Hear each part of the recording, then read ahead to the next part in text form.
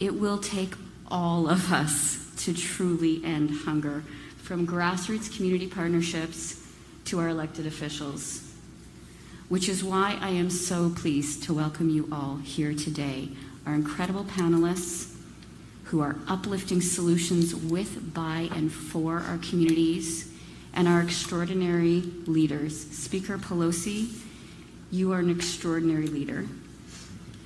Your steadfast... It is our honor to welcome you. Thank you. Thank you very much, Tanis, for your tremendous leadership and your beautiful presentation about our values and the challenges we face and the solutions that we have that you have been so much a part of. It's my honor to join you here. Maha, you have grown and continue to grow. I've had the occasion to be with you at pop-up centers and other times when we're just helping load the bags and the rest here. But now you are expanding even further, and we're happy to be part of that. We'll talk about that later. But here's the thing. As Tanis was speaking, you would think, how could that be happening in the United States of America, the greatest country that ever existed in the history of the world? And it's why I, frankly, am in politics. I have 5 children, and the fact that people would say 1 in 5 children in America goes to sleep hungry at night was just, now, who would I choose is going to be hungry tonight? It's just, we had to have a different statement of values about our country. But as Tanis said, this is not an issue that it's been exacerbated by COVID, but it existed long before that. And because of the generosity of spirit of so many people in this room, I see my friend Florence Fang and I see Annie Chung. Florence and I have been working on this for like 35 years. Annie even longer, more like 40 years. But St. Anthony's, St. Glide Memorial, so many groups here. Perhaps in the Q&A we'll hear from you. But it is, we're all grateful to you for being instruments of peace in terms of the lives of these children, because Tanis said it's not just it's a health issue, it's an education issue, it affects everything in their lives, and more a mental health issue as well. And as you have indicated, hungry children can't really learn. How could it be? And the fact that it is more devastatingly impacting communities of colors is sinful, almost criminal on our part. So thank you to the San Francisco Marin Food Bank for the leadership that you have provided, but thank you to all of the groups here. I'm honored to be here with my colleague, Congressman Jim McGovern, but before I introduce him, I want to thank St. Anthony's Dining Room, where we spend our Thanksgiving holiday with our whole family, and sadly not as much as we wanted recently because of COVID, but as much as you will allow. And Chris Helfrich, Eat, Learn, and Play. I just want to call to your attention that 2 years ago, seems like a long time ago, but 2 years ago, 2020, when we were doing the continuing resolution, and our chairman was very much a part of this, Chris joined us with the Currys, both Currys, to talk about getting money for the children. For the children, particularly for the education program. And I said it's impossible because we have a continuing resolution that is supposed to be clean. They will not allow us to put anything in the continuing resolution, which is something that is in the place of an appropriations bill until you come to terms. So, well, but if there's any chance, we'll try to do that. But I don't want to give you any false hope, as important as this is.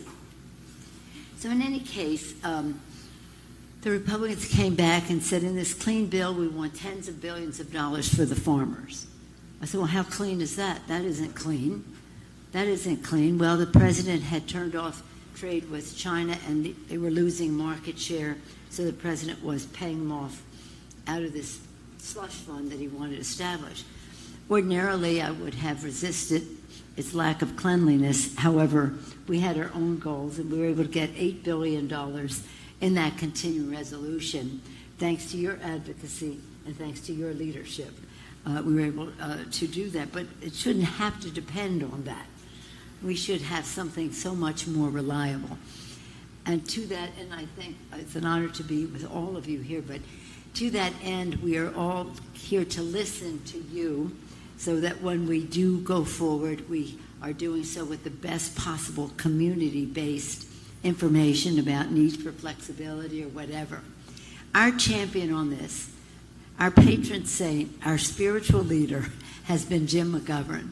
For as long as I can remember him in Congress, he's been having hunger strikes, and I would say to him, Jim, you're a wonderful person. Nobody cares on the other side. They just are not caring, right? And he's still starved in the hopes of calling the attention to it, even if we couldn't get their support for it. But in any case, this conference on hunger that the president will be having, and we don't know exact date yet, at the end of the month, is the idea of Jim McGovern. He has been promoting this for a very long time, as I know others of you have.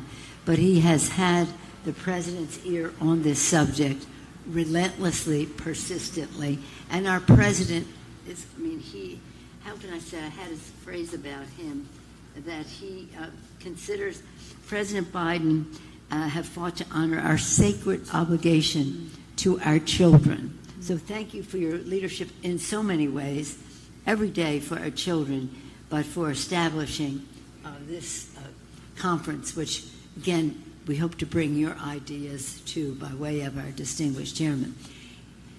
People say, oh, is he related to George McGovern Dole? No, not really a relative, but a relative in spirit in terms of having the same priority.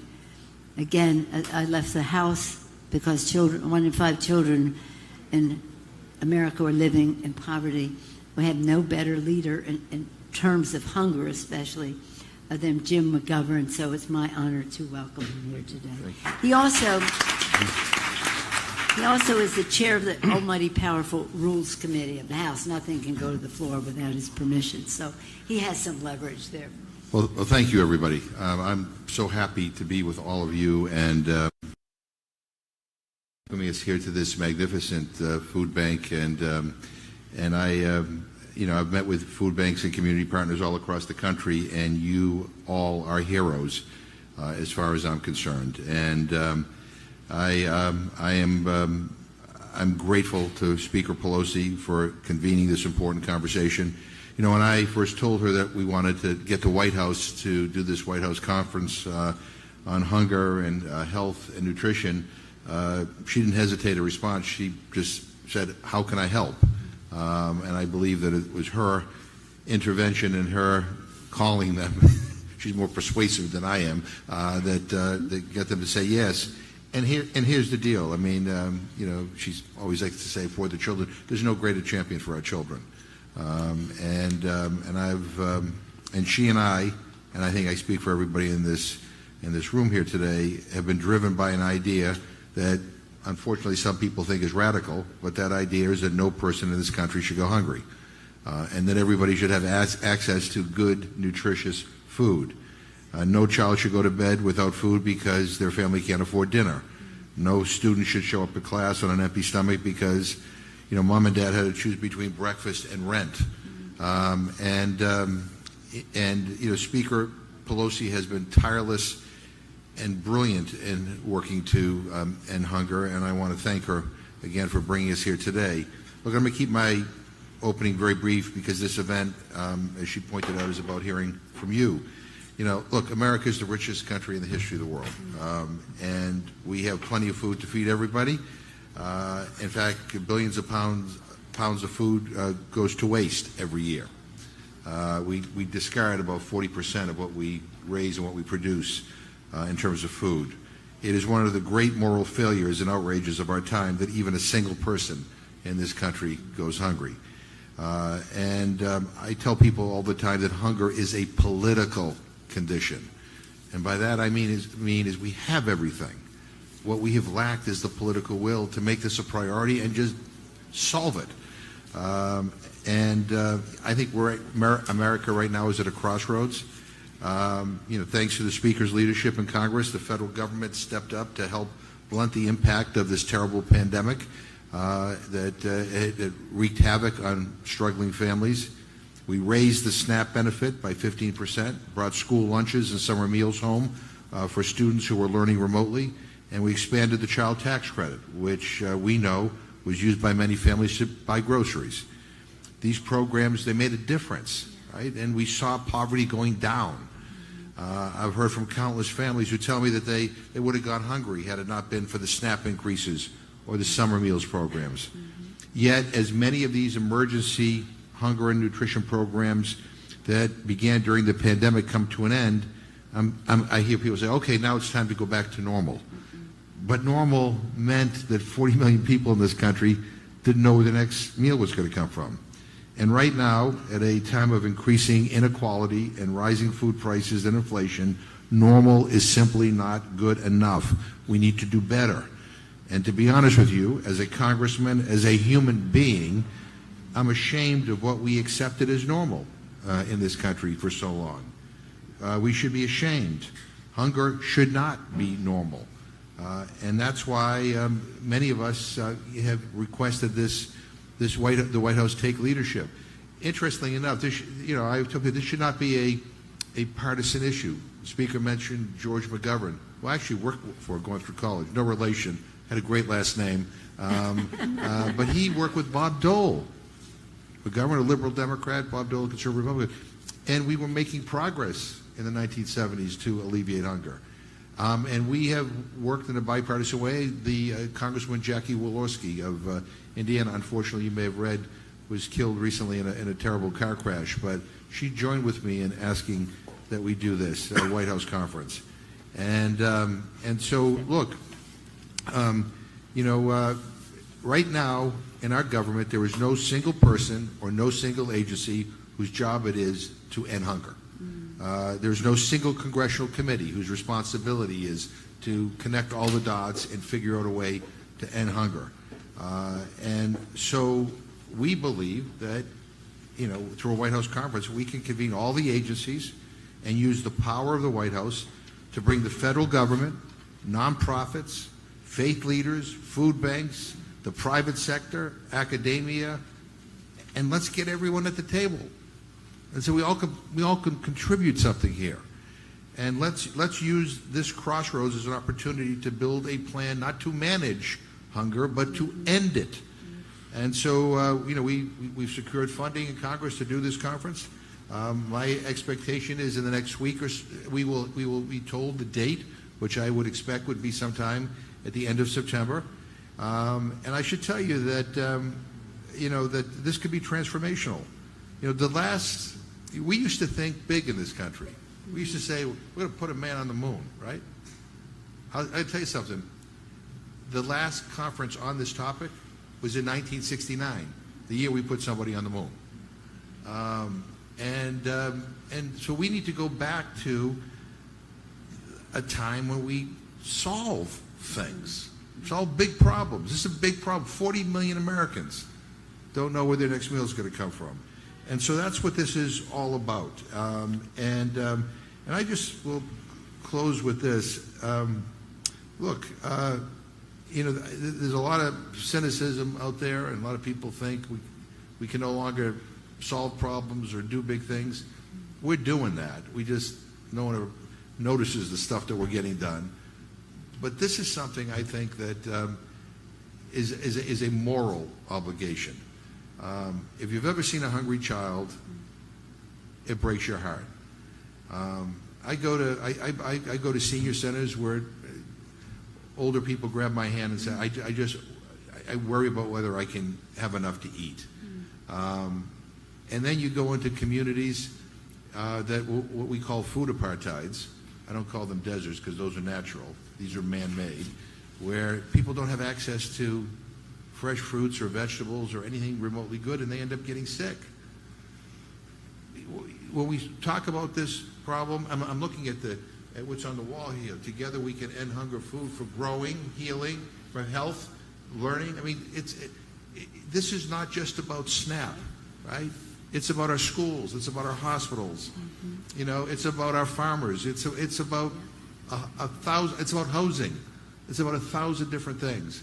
So we have an opportunity to do something meaningful, and your contributions here and the fact that the Speaker of the House is doing this is pressure on the White House to say you gotta think big, you gotta be bold, aim high. Let's do this. And so I look forward to hearing from all of you, and I thank you for being here today. And I just want to now, it's my pleasure to introduce Chris Helfrich, the CEO of Eat, Learn, the Eat, Learn, and Play Foundation, started by Steph and Aisha Curry. We were just talking. I met him exactly a year ago, and it's incredible what is going on there. And we need to learn from what they're doing and what others are doing, and help find ways to be wind at the backs of good ideas. And so I appreciate Chris being here, and I'm glad that you're with us today, and I'm going to yield the floor to you. Thank you. Thank you very much. So thank you, Madam Speaker, Chairman McGovern, Tanis, for hosting this really important conversation today in this really beautiful location. And on behalf of Stephen and Aisha Curry and the Eat, Learn, Play Foundation, and I'll recognize Jose Corona in the front row, who runs all of our community efforts, and Marissa Trambly next to him, who runs all of our advocacy efforts. You know, we're honored and humbled, really, to be amongst this really impressive group of local leaders who are doing the work tirelessly every day to nourish the most vulnerable citizens among us. This is a pressing issue in our hometown of Oakland, and we know it is here in San Francisco and across the country, too. Madam Speaker and Chairman McGovern, let me join the echoes here and just thanking you for your strong leadership on food security work and all you do for our country. I must thank Madam Speaker, especially for speaking to the Currys several years ago at the height of budget negotiations on this very topic. The $8 million that you helped secure, you know, you were true to your word in those tough negotiations that you were going to prioritize this issue, and that's something we won't ever forget. Chairman McGovern, like you said, it's been a year to the day since you came to visit Eat, Learn, Play and all of our community partners in Oakland to see how we address food insecurity in our community. But thank you for involving us in this process. Thanks for allowing Aisha to testify before the House Rules Committee last year, and for the listening sessions that you're putting together for the White House conference next month. I've been really lucky to have a front row seat to the Currys' early advocacy efforts and these interactions that they've had with, Madam Speaker and Chairman McGovern have been so eye-opening, inspiring, and motivating to the Currys, and really has them thinking, what else can we do based on the work that we're doing in our community to make an impact on these issues at scale. So know that in the Currys and in Eat, Learn, Play, you've got strong partners. When we were only a few months old, the pandemic hit. And throughout the pandemic, we partnered with a host of community organizations from Oakland Unified School District and the Alameda County Community Food Bank and World Central Kitchen, all in all, to employ 130 restaurants to be feeding the community, be getting fresh produce out into Oakland, and help provide some 25 million meals to our kids and families in Oakland. And with 37% of kids in Oakland right now struggling with food insecurity, we're doubling down on our efforts and trying to find innovative solutions to have an impact, from helping to spearhead an effort to get Oakland Unified School District's new central kitchen fully operational, with the promise that it will deliver 9 million or more nutritious meals annually once it becomes operational, to our state-of-the-art, one-of-a-kind Eat, Learn, Play bus, which is the coolest bus you've ever seen, and delivers 50,000 restaurant meals every year to the community, 500,000 pounds of produce. Now, to echo Aisha during her testimony last year, and Chairman McGovern, your remarks just a minute ago, we know that philanthropy and nonprofits alone can't solve hunger. the federal government plays an instrumental role and can and should do more to help the almost 14 million people in this country right now struggling with hunger. We're in total agreement with Tanis's stated priorities earlier. And in addition, some of the provisions and flexibilities provided during the pandemic offered a lifeline to schools and local agencies to provide meals to anybody who needed them. We should make a lot of those policies permanent. We also hope that the Childhood Nutrition Reauthorization Bill can be prioritized, ideally before the next election if possible. And we just believe overall that the federal government should strengthen safety net programs and make them more accessible for the families that are eligible. So thanks again for hosting this listening session. We're proud to do our part working alongside so many passionate, smart leaders that are here today. And thanks for the opportunity to be a part of the White House conference next month. I know Stephan and Aisha are excited to support however you can. And on behalf of Eat, Learn, Play, just thank you very much for the tireless work that you all do.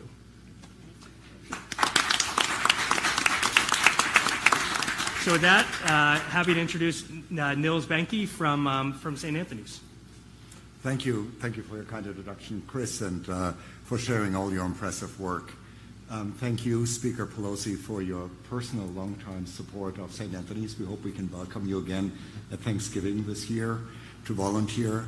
I also want to say we deeply appreciate you for being such an outspoken advocate for our Franciscan movement and for our mission to create a society in which all persons can flourish. Thank you for that. And thank you, Chairman McGovern, for all your work on behalf of those in need, for convening the upcoming conference, for listening to us today, and also for reminding us of the moral obligation that we have in feeding everybody, and probably then some more that I would like to talk about. And Tanis and the team from the San Francisco Marin Food Bank, thank you so much for our long-term cooperation here, fighting hunger, and for hosting us today. At St. Anthony's, we have served those most in need in our city in the Tenderloin since 1950. And it is our mission to recognize every human person's God-given dignity and to serve them with the respect they deserve, no matter who they are, where they come from, or what their circumstances are. We invite people to change their lives, not just our guests, but also our volunteers, our donors, and staff. In giving, we receive. When we can find change in our hearts, we can change our world. And despite the many challenges that we face in the Tenderloin today, which are well documented and publicized, I maintain that our ministry is fundamentally a very joyful one. We provide a broad range of services to our guests, starting with food services in our dining room. On a regular day, we serve more than 1,500 meals to our guests, breakfast and lunches. During the height of the COVID pandemic, while some of the other providers had to close their doors, we moved our services to the outside and served somewhere between 2,800 and 3,600 meals every day. That adds up close to 47 million meals since Father Alfred Bodecker first opened the dining room doors in 1950. At St. Anthony's, we are blessed with a very generous community who give their talents, time, and treasures. Our services, including our food services, are financed through private donations. We cooperate with the city and our partners, but we do not receive city funds for our work. One of the challenges we currently face is inflation. I want to give you one example. Food prices are up significantly. If you look at a 40-pound case of chicken thighs that cost us $92 in April, it is now $123. That's a 34% increase over just a couple of months. That is a big challenge for us. I also want to point out that we do not consider the impressive number of meals served by us as a sign of our success. Where we're called to serve people experiencing poverty with their immediate needs, our objective is to make that go away. And it's also to cater to the whole person and to help them achieve lasting positive changes in their lives. In this context, we think of our basic services, such as our food services, really as a gateway to stability. And I would like to give you a recent example of that from our dining room. A young father and his toddler were in our family section in our dining room eating lunch. After they were seated and the little girl was enjoying a warm meal, the father suddenly broke down and started crying. He had just come to the United States from Venezuela, was recently separated from his wife, couldn't speak English, and had nowhere to live. One of our Franciscan friars, Brother Martin, who is a native Spanish speaker, got some crayons and paper for the little one and accompanied the father to our free clothing program, our new hygiene hub with showers, and connected them with our social workers, who then helped him connect to other services and start getting his feet back on his feet. So this is one example of how this can work, and food is really just the first step on a longer journey. We accompany our guests on their individual journeys with a whole range of services like clinical and recovery services, social workers, workforce development, training, employment opportunities as well at St. Anthony's. We call this our companionship program. It is designed to especially help those experiencing chronic homelessness, substance use issues, and recent incarceration. Food is a very important first step, but we can't stop there. We believe that change is possible when we not only serve those most in need well, but also seize the opportunity to help them make lasting positive changes in their lives. Thank you so much for listening to us today. It is now my great pleasure to introduce our next participant, Michelle Pierce, the Executive Director of Bayview Hunters Point's Community Advocates. Michelle has 20 years of experience working on social and environmental justice issues in Bayview Hunters Point. Under her leadership, the community advocates implement programs to launch a neighborhood grocery cooperative, provide supplies to outside neighbors, collect residential oral histories alongside chemical industry documents, and plan an index of toxic sites in the neighborhood. She currently serves on the Reinvest San Francisco Working Group, the San Francisco Public Utilities Commission Citizens Commission's Advisory Committee, almost, and she was part of the 2020 Census Redistricting Task Force. Thank you very much.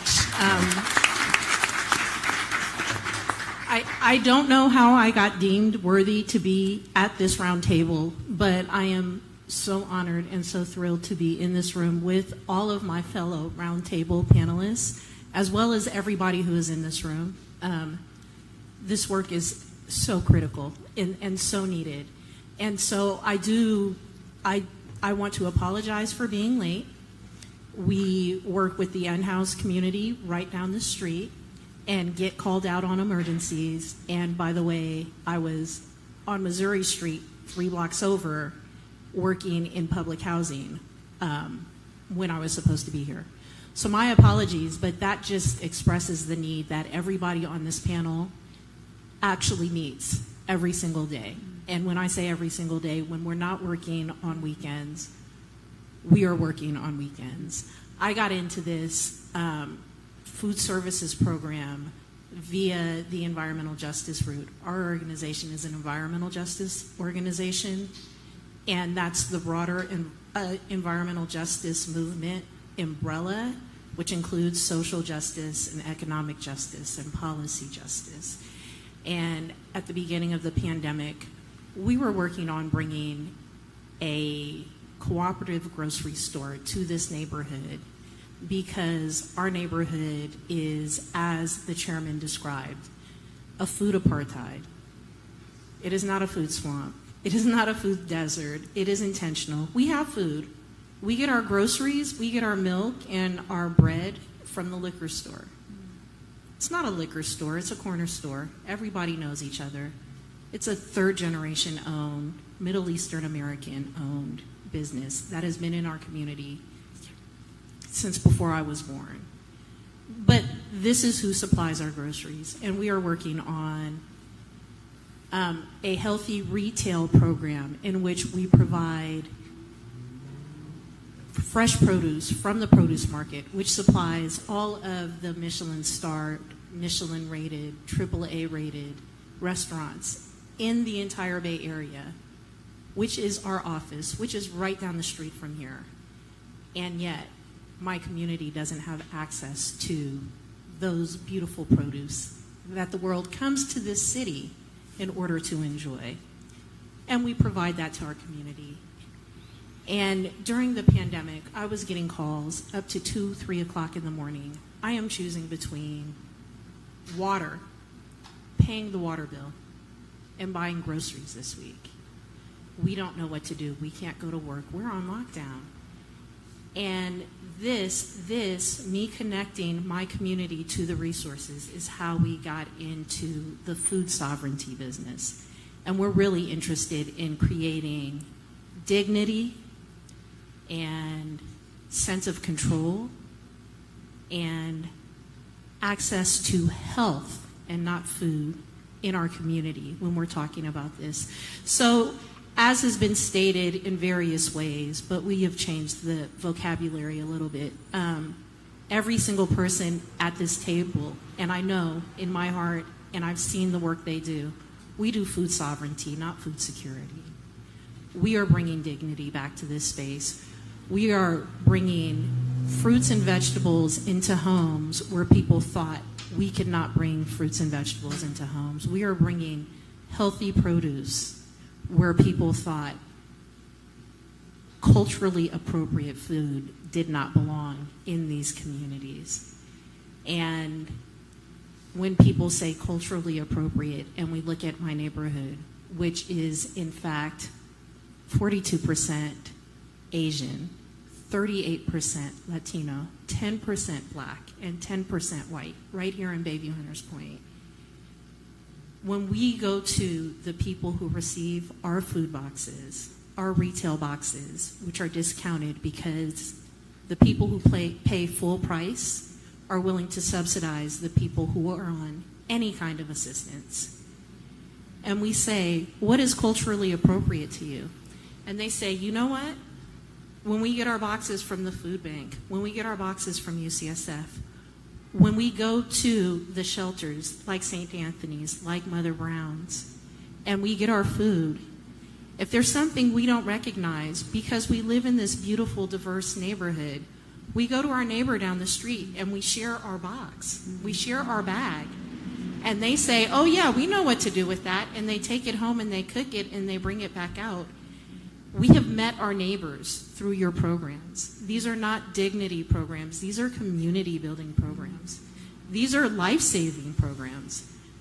Through these programs, we learned, indeed, people were trying to choose between paying the water bill and paying the grocery bill. We got free filtered watering stations on 9 corners in our neighborhood so that people could show up and refill their water bottles. We met and made strong partnerships with the people who are on this panel. And we hope to continue to build that because this is a real thing. We shouldn't live in a country where one little tiny virus that even under a microscope you cannot see would cause people to be choosing between rent and food while farmers are stranded and are burning 3/4 of their crops, and it's not making it to us. These are the things we need to strengthen. There are mom and pop, there are Black and brown, there are women-run farms all over the country, but particularly here in the Central Valley, who have plenty of food and they're going under, and we go to them and we say, how do we support you? How do we prop you up? You are part of our community. You are far away, but you feed us. And they say, we can't get our food into the urban centers. How do we get our food to the people who need our food? This country can create the atom bomb. This country can create a rocket that will send people to the moon. This country can create Tesla cars and solar panels.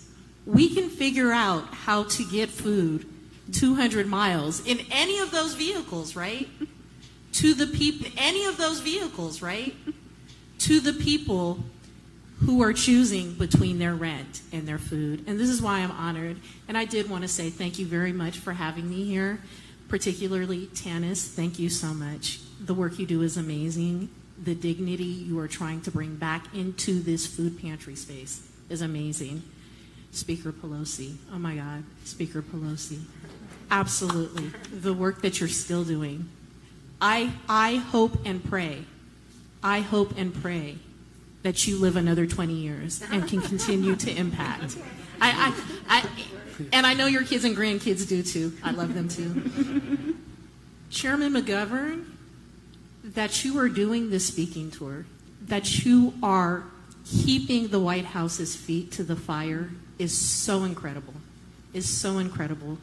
And Chris and Niels, and particularly Dr. Martinez, Dr. Fielding Singh, and I really wanted to call you guys out because I get to say the two doctors at the table are the two women of color, and you don't know how much that means to a community like mine. This is impressive.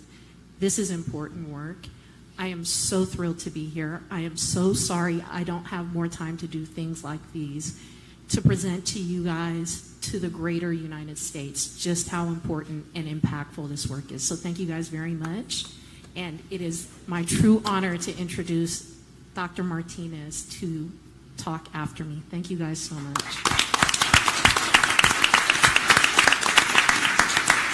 Thank you. Everybody, snaps for Michelle. Thank you, Michelle, for the introduction, and thank you, Speaker Pelosi and Congressman McGovern, for your leadership on addressing national food insecurity. I'm the lead researcher for the University of California Basic Needs Initiative. I'm also a professor at UC San Francisco. And in 2015, I co-led the first study of food insecurity in the UC system. And while one may think that college students are in a privileged environment, we found that 2 in 5 students were facing food insecurity out of 240,000, 2 in 5. We attributed part of this to the Great Recession, but national conversations were also starting to highlight the federal Pell Grant was at an all-time low. For what used to cover the cost of attending college, now only covered tuition and fees. That's a really big difference, when the most expensive part of going to college is food and housing. While many were in disbelief regarding our findings, the Government Accountability Office conducted a national study of food insecurity thanks to the request of Senator Warren and colleagues. And they found that up to 50% of students experienced hunger nationally. That validated our findings. And it also noted the changed demographics of contemporary students. Today's students are more likely to fit what some call a non-traditional profile, but better said, have intersectional identities from one or more historically marginalized groups. This includes students of color, first generation in their family to go to college, low income, therefore working while being full-time students, parenting students, students living with disabilities, and former foster youth. It is to no surprise that the research I have conducted across all 10 campuses show that these are the students at highest risk for food insecurity. UC students experiencing hunger are more likely to report poor mental health, poor perceived health, less than optimal health behaviors such as insufficient sleep, and poor academic performance. Like Chairman McGovern said earlier, it's all connected.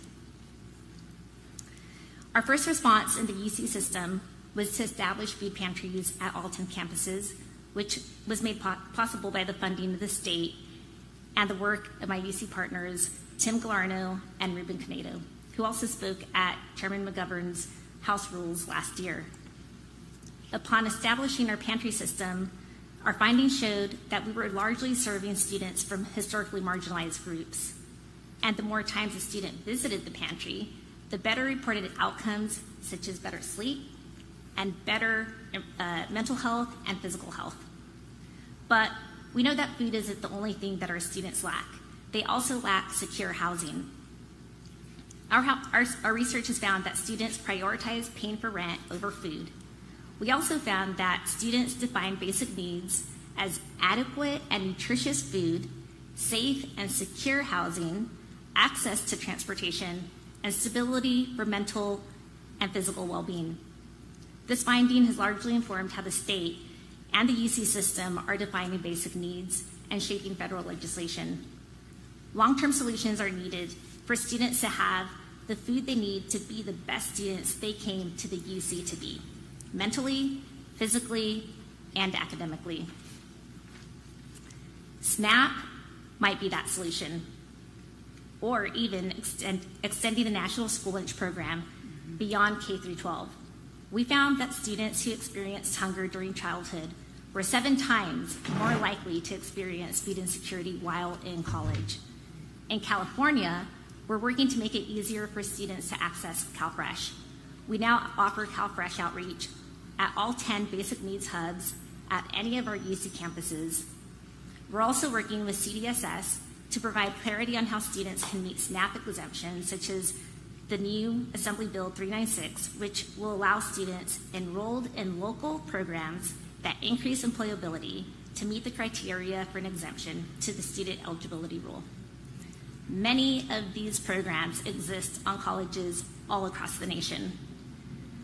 We're fortunate to be in a state like California. We're also coaching other state university systems such as Arizona and Hawaii in this process. But there is much work to be done at the national level, and the model that we've created here in the UC system is an example that the work can be done. So that concludes my remarks. I want to know where the White House conference after party is going to be. Actually, my colleague Ruben wants to know too. And today I leave behind the recommendations that we submitted to the Biden-Harris administration for the White House conference. I handed these out earlier. But just thank you for listening, and thank you for having me here today. And now I'm going to present Dr. Priya Fielding Singh, an assistant professor in the Department of Family and Consumer Studies at the University of Utah, and also a consultant for World Central Kitchen. So take it away, Priya.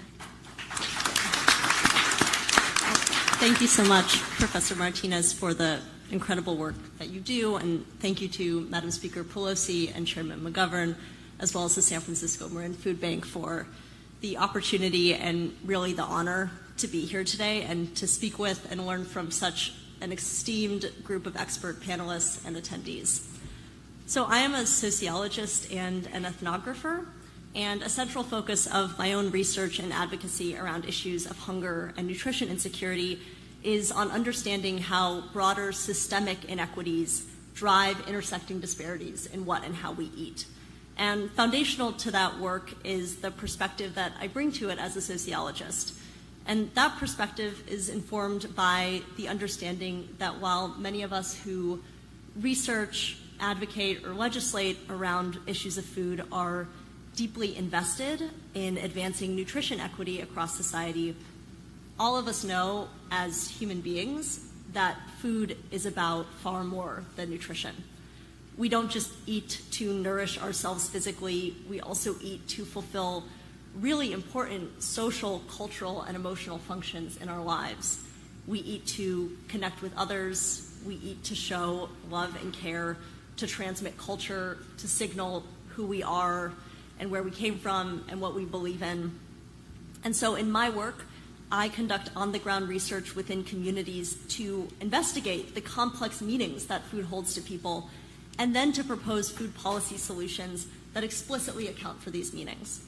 So this summer, as a consultant, I brought this expertise to work with the nonprofits World Central Kitchen and the Chicago Council on Global Affairs.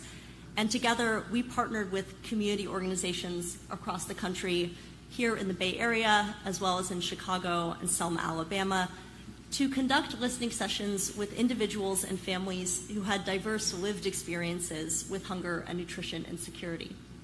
And the goal of these sessions was to explicitly center these families' experiences and needs in the creation of policy recommendations for the upcoming White House conference. And drawing from these sessions, we have now submitted 30 high-priority policy recommendations to the White House, and these recommendations will also be publicly released tomorrow as one component of a comprehensive report from a national nonpartisan task force that we're a part of. Now, because of the conference's scope, we focused our recommendations explicitly on food and nutrition-related policies. But as has been discussed here today, I'd be remiss if I didn't note that what we heard during listening sessions starkly underscored just how critical a holistic approach to advancing nutrition equity is.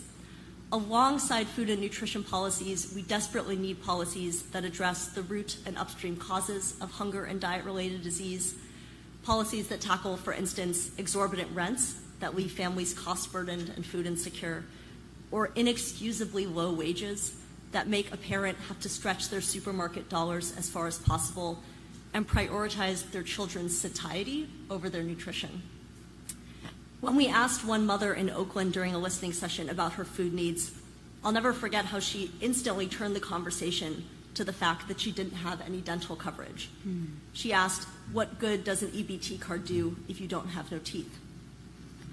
A holistic approach to solving nutrition insecurity is also essential because when difficult trade-offs between people's basic needs have to be made, as they so often are, it is almost always food, and it is always nutritious food that is sacrificed.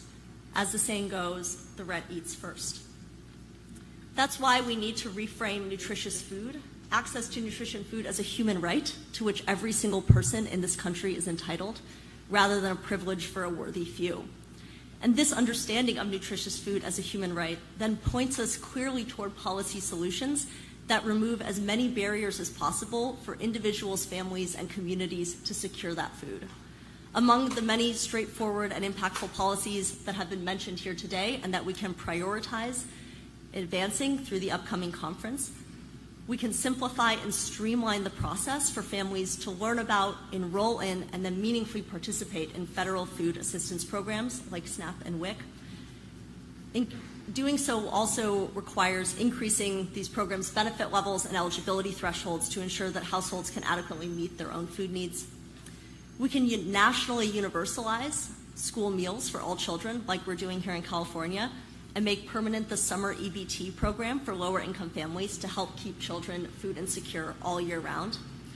And finally, our listening sessions with individuals who are experiencing homelessness or those with disabilities highlighted that we have to federally authorize SNAP for purchases of hot and prepared foods at grocery stores to ensure that no person is stripped of the means to secure a healthy meal, whether or not they have access to a kitchen or the ability to cook.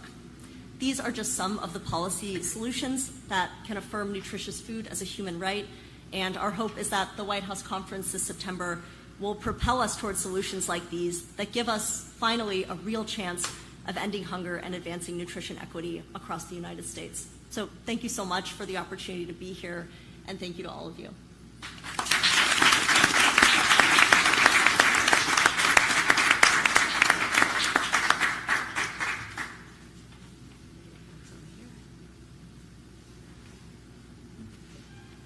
Mr. Chairman, that was quite remarkable and quite moving.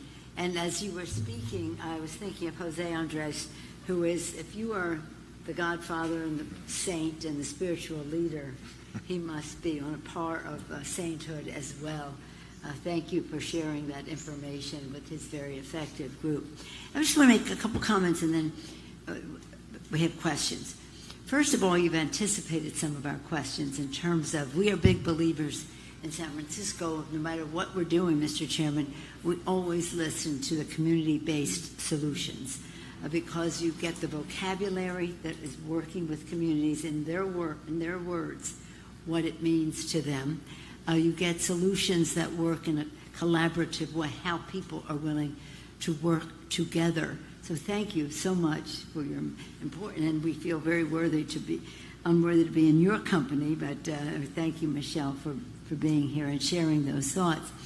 And the other thing is, as you were speaking, Dr. Martinez, about food and then talking about shelter and all these other aspects of it.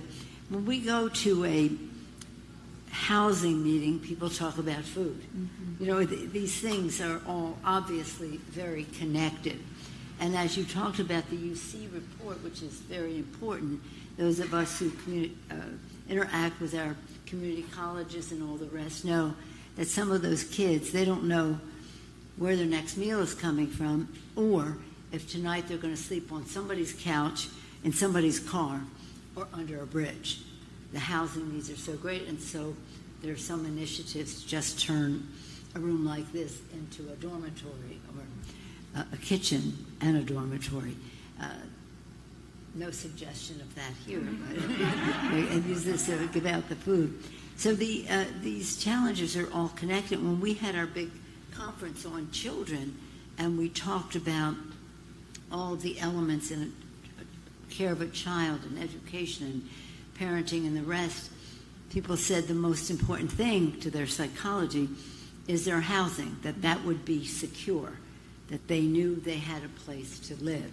And a place to live, as you have indicated about the connection between Dr. Fielding Singh, between the socialization of food, the socializing of eating and what that means.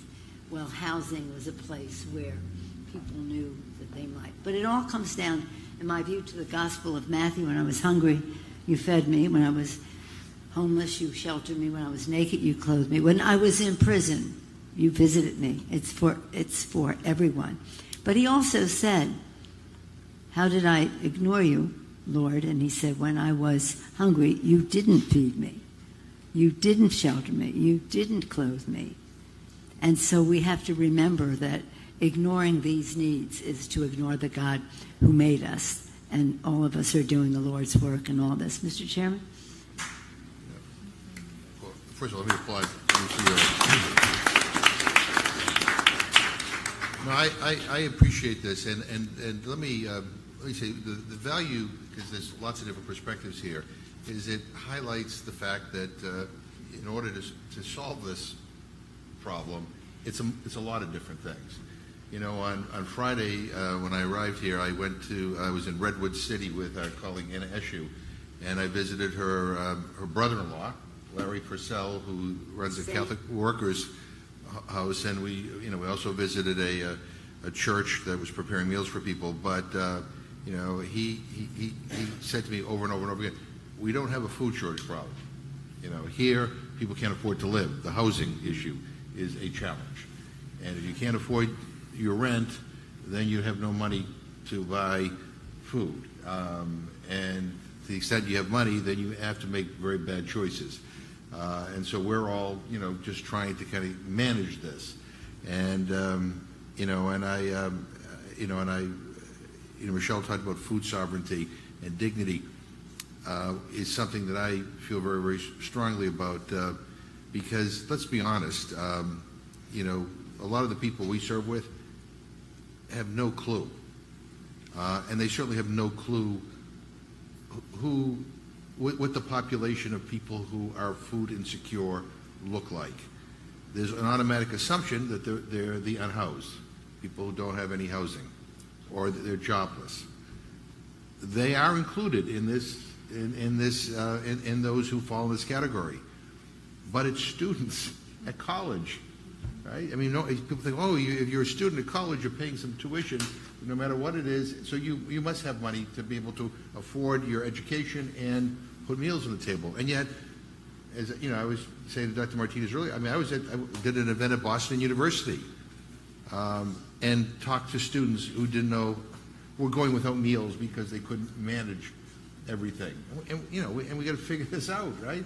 The population of people who are working multiple jobs, paying high rents, just trying to make ends meet, dealing with inflation, as Nils pointed out, this is a very, very tough time.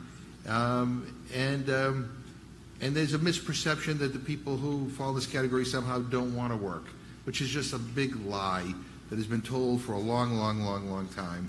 And unfortunately, when lies go on for a long, long time and they don't get addressed, then they become part of the narrative. And the bottom line is that the people who are hungry in this country do not fall into a nice, neat category, right? It's young people, old people, working people. And by the way, it's not just, if you listen, I sit on the Agriculture Committee too, which I know that some of my colleagues, both not only Republicans but Democrats, are like, oh God, why is he here, right? But the bottom line is that, we have people who don't even know what the average SNAP benefit is. Yeah. And that's the committee that oversees it, right? And you get people who, who think that when we're talking about people who are on SNAP, that, we're talking about communities of color primarily. And the fact of the matter is the majority of people on SNAP look like me. And so it's like all these stereotypes we have to get over just to be able to have a conversation about how we fix this. But once we get over all of that, it's connecting the dots, right? People, And I want to say about food banks and this food bank in particular, and all that you do, St. Anthony's, you know, and Chris, and all of you, you understand that,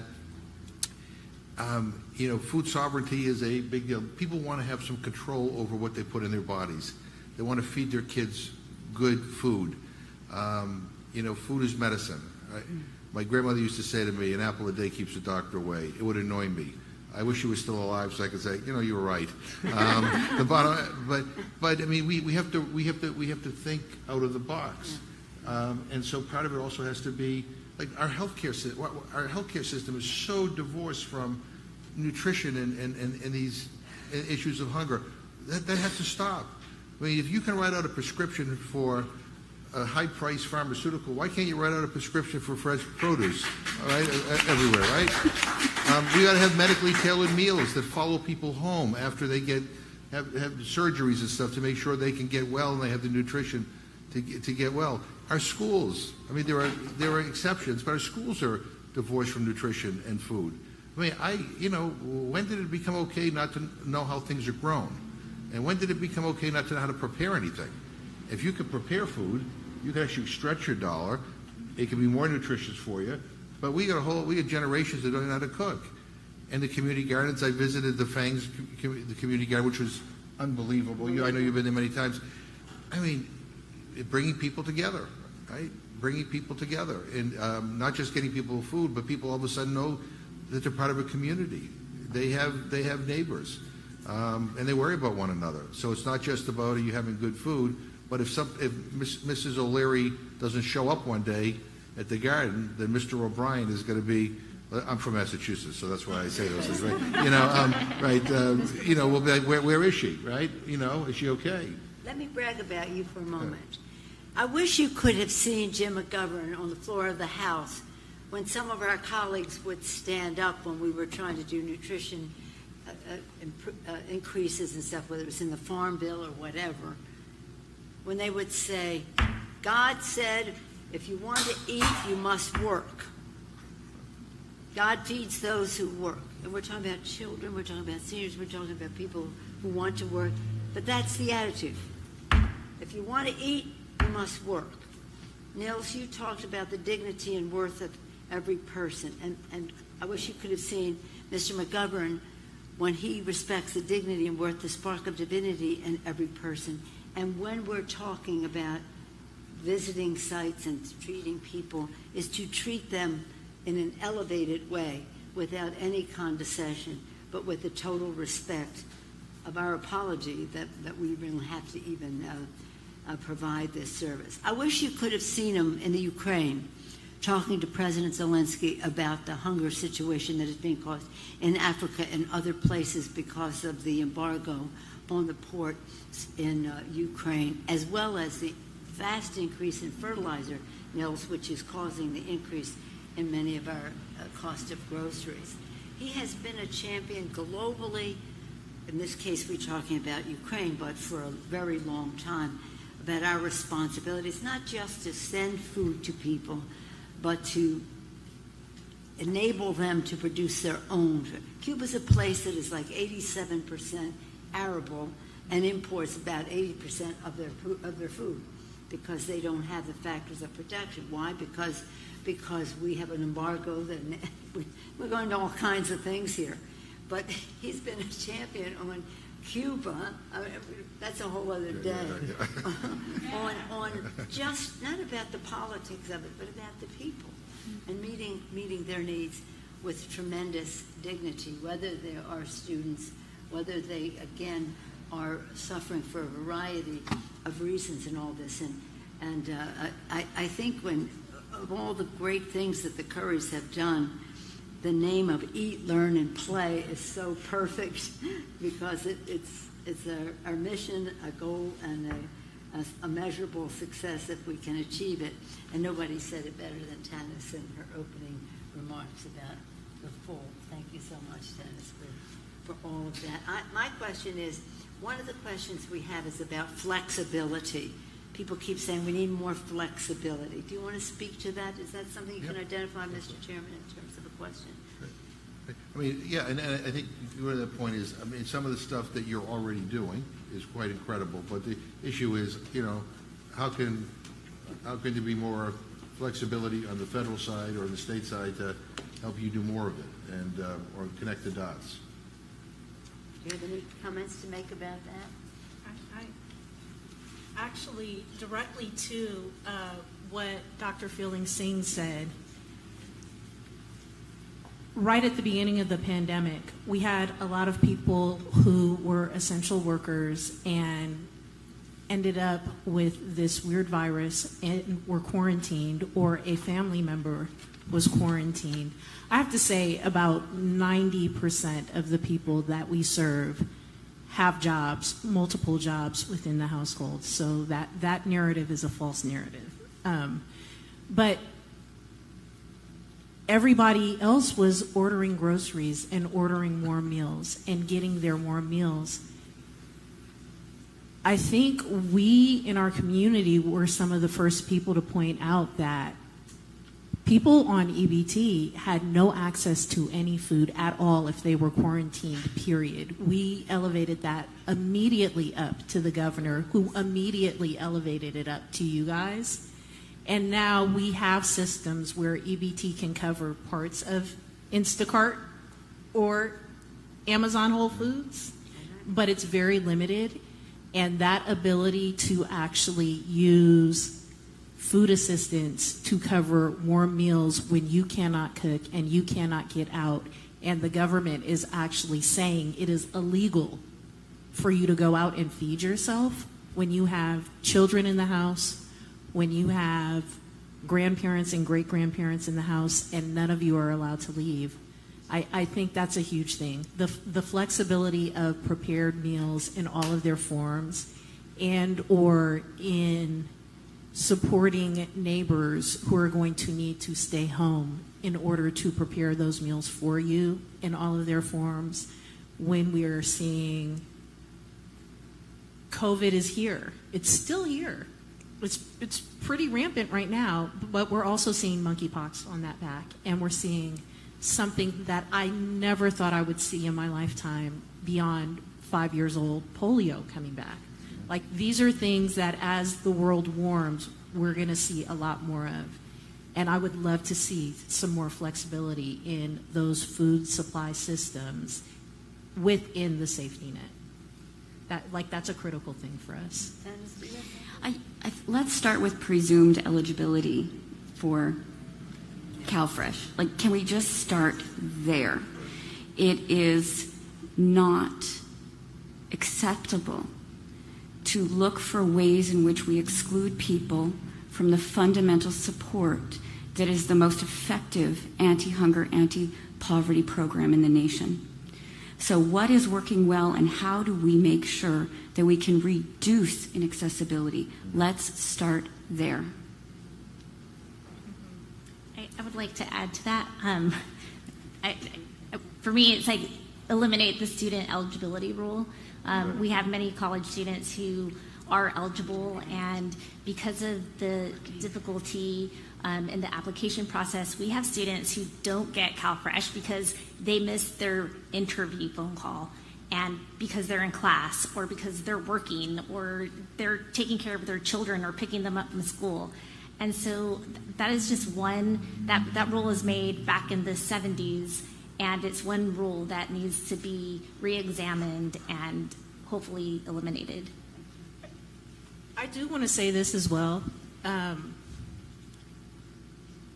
There is this complaint from some of your brethren in Congress about people using their benefits for steak and lobster. Yeah. Who cares? Okay. These are some of the most nutritious and densely packed sources of protein and omega-3 fats in the world.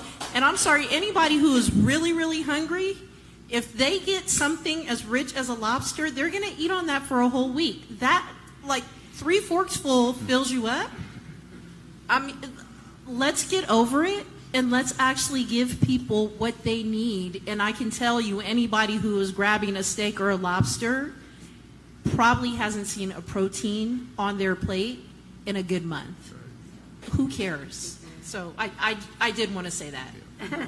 Well, Yeah, but that isn't a reason, it's an excuse. Yeah. It's just, Obviously, yeah. But there's dignity in choice. And those, I mean, I visited the Tenderloin District last time I was here, and I was at some event where they were passing out bags of fresh produce to people, and people would come up to me and just say, just give me a little bit. And I finally asked, like, the fourth person who said it to me, like, why don't you want the whole bag?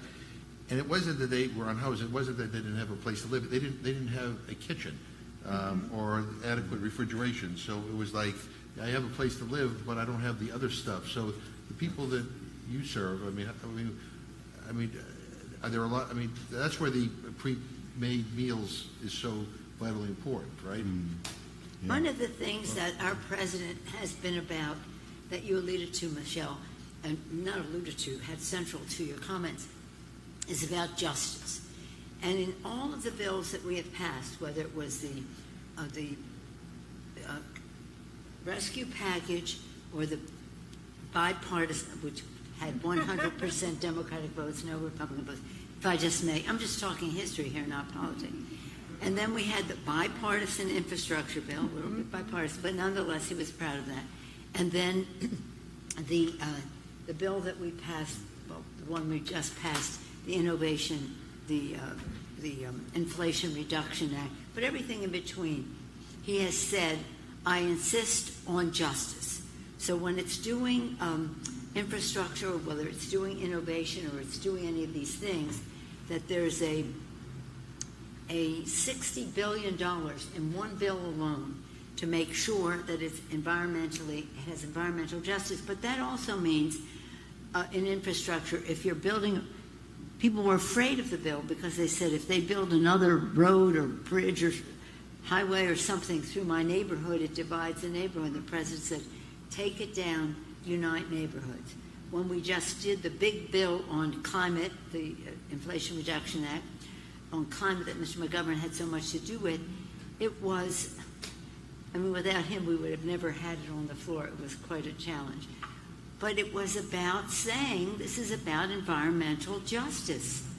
That's about health. It's about clean air, clean water for our children, to reduce asthma and the rest. So whatever the subject happens to be, including food availability, housing, all the subjects that are injustices in our society and our economy, the president wants to know,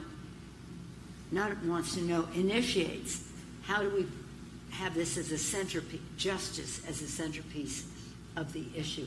And as you know, he's relentless, Right. relentless on that subject. So let's hope that we'll cross a threshold, that we'll be talking about these things in a completely different way. So it's not about trickle down, it's about bubble up. Where are the needs? Now let's let that rise up so that it has an impact on our entire economy. Thank you. I just wanted to start by remarking that I haven't seen too many lobsters around in the Tenderloin, so it may just be me. But Let me just say about meals, though. When we are there to feed, of course, the press wants to come and do this and that, and we're just really much about, this isn't about the press. This is about respecting their dignity, their privacy. We don't know under what circumstances they've come here, but want their comfort level to be what prevails. And you have been such a master in all of that. Thank you for the kind words. I think I also want to thank you for reminding us of the Matthew Gospel, because the court, it doesn't say who's deserving, right? That is not a question that's there. And I wouldn't want to be judged of who is deserving, who is not deserving. Who are we to judge, right? I don't think we should do that. I think one thing that I will say is, like, we have a lot of programs, especially in our city. It's a very generous city. There are plenty of programs. One of the challenges is just that programs don't come together for people. Right. And a lot of the people that we are called to serve have never experienced stability as we conventionally know that in their lives. So, like, I'm not a social scientist, but you can look at 10 different elements of stability. Food stability is one of them, right? Housing, mental health, like physical health, and so on and so on. And it is just very, very difficult with point interventions and programs to reach people who are hard to reach and who can't really put it together for themselves. And I think one of the things that we work on a lot is like, how can we be the guide, the companion, to really make it come together for a person? And of course, the more complex a program is, the more eligibility requirements you have, the harder it is to access. And we're asking people who do not have many resources, that's why they find themselves in this situation, to put it together for themselves. So lowering these barriers and helping the coordination so that it's not about programs, about people who are uplifted, I think that is the way we need to go. And as we do this requires very clear outreach. And as we do that outreach, we call upon you to help us with what would be the best way to do that. Yes, we can streamline the programs, but if people don't even, sometimes people don't, you have no idea what I have to go through in this sophisticated district to make sure people know they're entitled to an earned income tax credit. It's money in their pocket, but they just don't know about it. And we again, the outreach piece is best addressed listening to what works from the standpoint of the community rather than telling people this is how you should take advantage of this.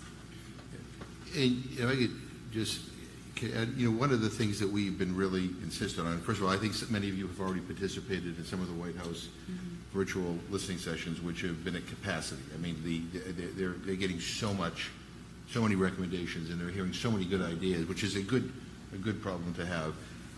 But one of the things we have been very, very focused on is making sure that in the conversation that we have people with lived experiences who are actually saying, okay, I've been through all this, right?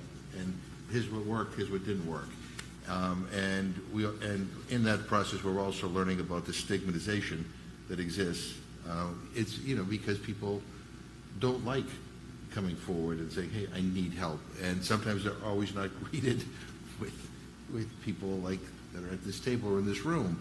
And I remember I was at a food bank in Worcester where I live, and I went to do a tour, and they had built a new wing, similar to, not as nice as this, but don't tell anybody. And I got out of my car to go and to tour the place, and there was a gentleman sitting in a car next to where I got out. He looked at me, I looked at him, and I nodded, and he nodded, and I went in, I did my tour, I came back out, and he was still there. And he had the window down a little bit, and I said, hi, how you doing? And he said, oh, okay. I said, are you here to do a tour? He said, no, I'm here because I need food for my family. And when I saw you, I felt embarrassed, and I didn't go in, which made me feel horrible. But it made me also understand, that this is difficult. Yeah. And so as we come up with these solutions, I know what to expect from my friends on the right. But I also worry about some of my friends, on the good side, who will say, okay, I know what's best for everybody, so I'm going to limit your choices. Here's your SNAP dollars, and so you can only buy, organic. Blah, blah, blah, blah. We want you to make good choices, but that's your choice. Some of the worst choices made in terms of diet are by people of means. Look at the previous president of the right. So the bottom line. So we don't. The dignity part of this is really important. And Chris, when I visited, with you guys a year ago, I appreciate the respect and the dignity and just this is. We're a community, right? And communities help one another. And sometimes you won't need help very much, all the time, but once you're on your feet, then you help somebody else. It's just the way it's supposed to be. It's not a handout. It's not, I don't even like to call it charity, right? We have to deal with stigmatization, and we have to make sure that as whatever the White House comes up with, that it respects the community who we're trying to benefit. When I was a kid growing up, where they do the food drives, you'd always take the junkiest junk in your shelf and put it out for the food bank to pick up. And that was the way it was, right? Thankfully, the food banks of today are connecting the dots. What you eat goes to your health and well-being. So we don't want to solve one problem to create another. So it's all very, very different, and that's all good.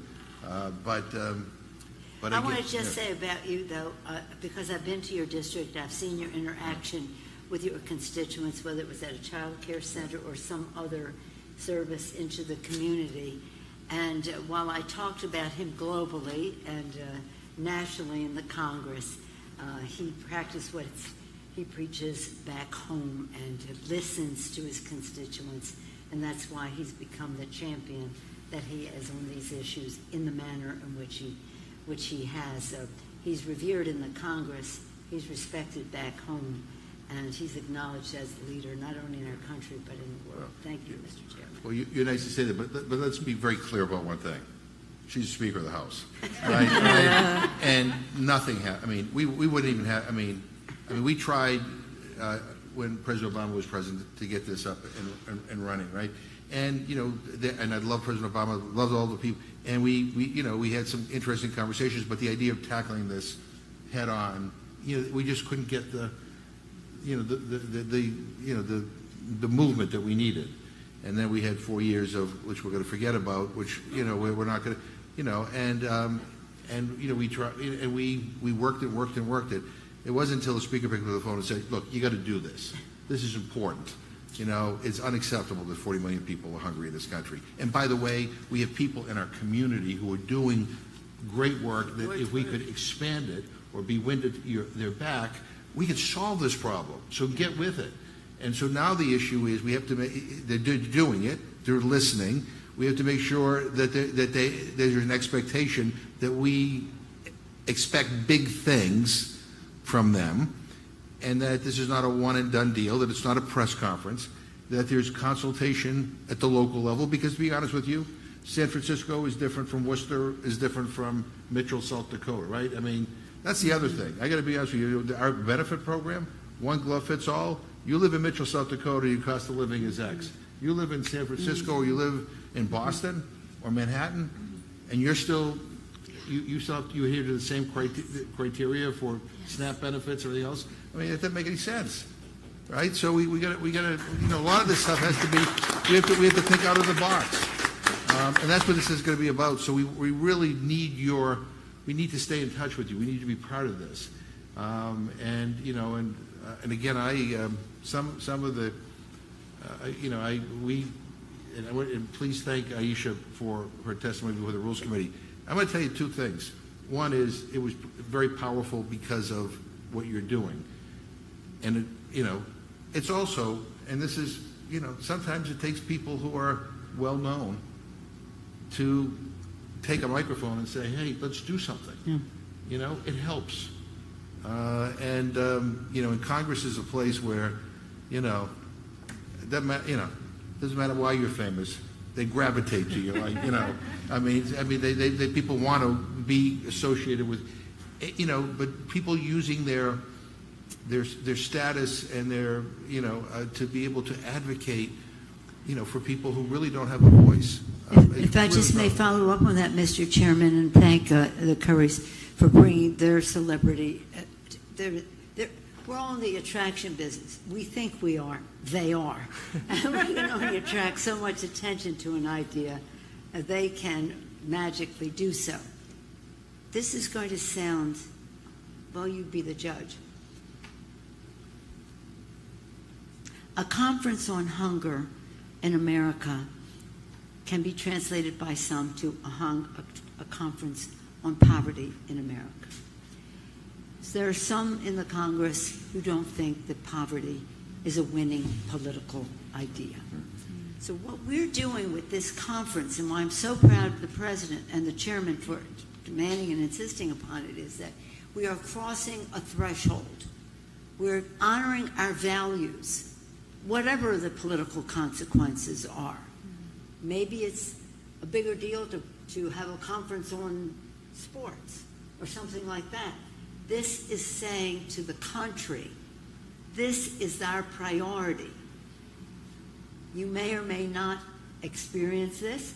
You may or may not be turned on this, but this is the priority. It's a big departure from saying, what's the most politically advantageous conference we can have? Mm-hmm. It's about what is the most decent godlike, I mean, doing the Lord's work conference, we can have whatever the political consequences, but with the results, that R word, with the results that we need for the people. So that's why your participation, your input going into it, your implementation of coming out of it is so really important, because this is a transition for us, for our country, to be saying this is of the highest priority to America, regardless of the politics. So thank you for what you do. Great. Speaker Pelosi, Chair McGovern, all of our panelists, this is a clear clarion call that food is everything and it is a human right. We're going to take this message straight to the White House, because we will take this moonshot that it is not acceptable to manage hunger. We must end it. Thank you all so much. Let us thank Senator Marin.